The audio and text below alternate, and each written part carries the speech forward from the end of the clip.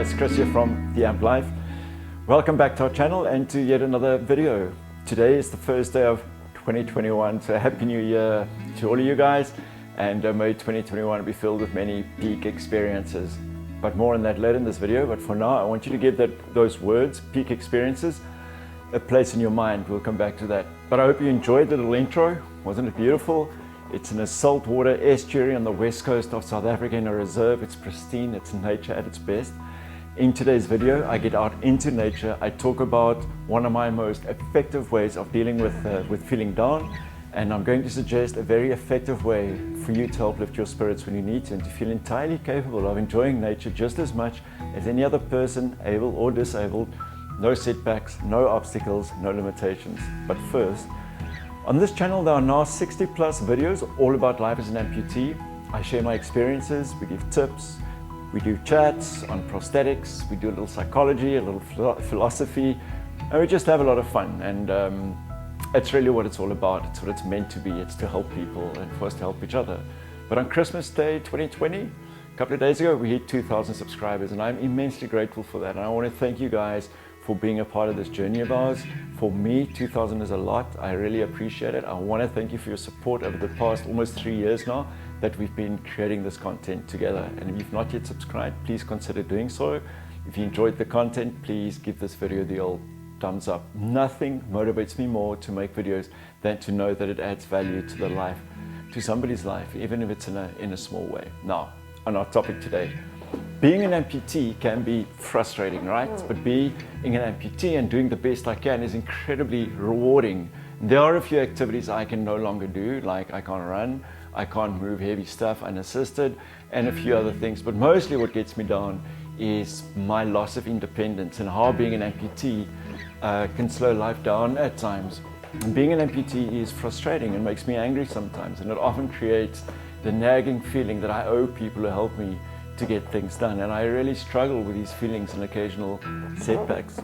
I used to love being totally free to do whatever I chose, totally independent, total freedom of movement, physical, and getting life done quickly. No one to lean on, no one to wait on for help, just being able to do life completely solo should I choose to do so. At the very least, it was always great to know that I had the freedom to go solo whenever I wanted to. In other words, unassisted. One of the most difficult things I had to get used to and embrace was to allow others to help me when I could not do things on my own. And this stubborn and fierce independence can really ruin a perfect opportunity to get on with life and to explore a few of life's new possibilities. Just ask me, really, and ask those around me who want to help. It can be frustrating to repeatedly have to reassure a person that the help comes from a place of love and care, and that it is something our loved ones and friends have chosen to do for us like we would do for them. And all I need to do is to let them and to enjoy the opportunities it brings. By refusing help, I reject certain opportunities, which in hindsight, I've almost always regretted. Opportunities like I've enjoyed over the past week, which led to many peak experiences. And that brings me to today's shared message, the importance for us of creating peak experiences for ourselves. And I'm going to talk you through such an experience, and I really hope it opens a door for you, and perhaps it helps you to take that first step to feeling alive, feeling connected, feeling healthy again. Maybe you're a recent amputee, maybe it was a while ago, but this is something that I think is really helpful, and to create some space to forget about our limitations as amputees for a few hours. Talking about kayaking for me, or any other form of watercraft accessible to you, but in particular the old kayak, and it's a lot easier than you might imagine.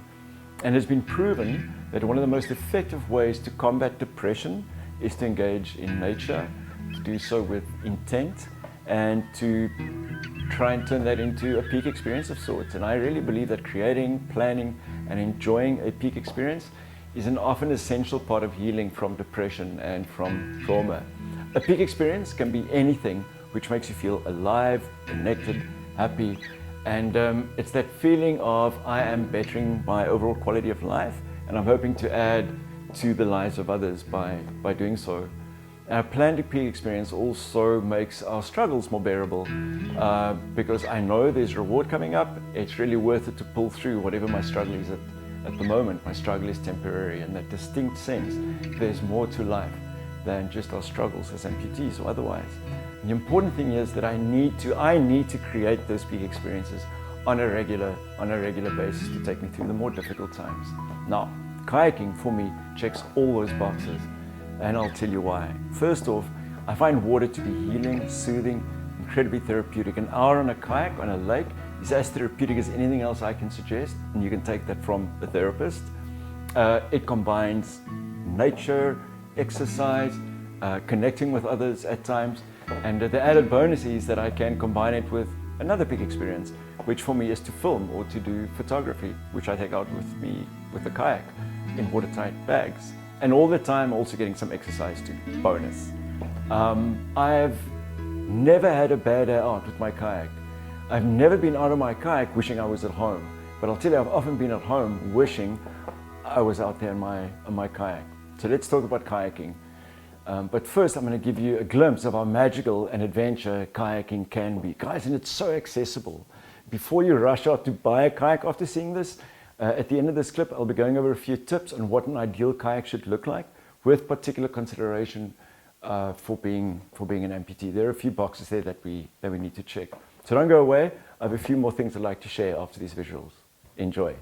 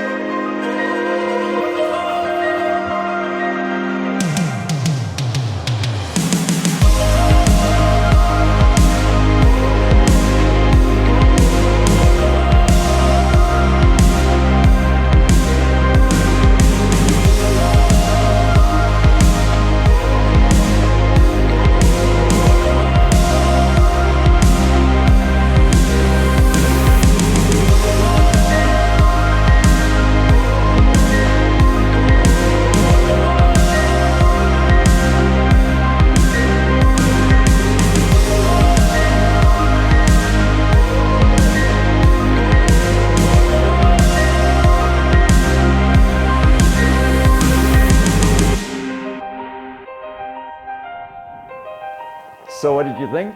Is this something that you can see yourself doing? Come on guys, I mean really it's easy, it's accessible, it can be done on a river, lake, sea, estuaries, dams, canals.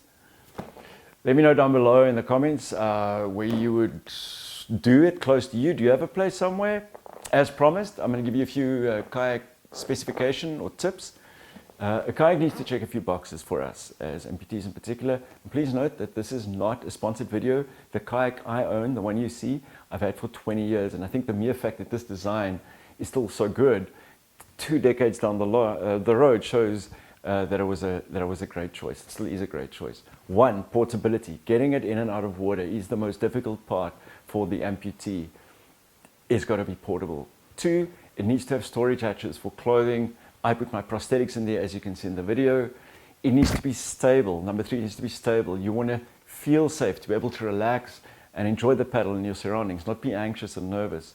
4, it's got to be durable. It's got to be able to take a beating. If I drop it or accidentally knock it, it's got to be able to survive it. 5, it needs to have deck space and webbing for water, snacks, GoPro, camera, whatever you want to put in there, a hat.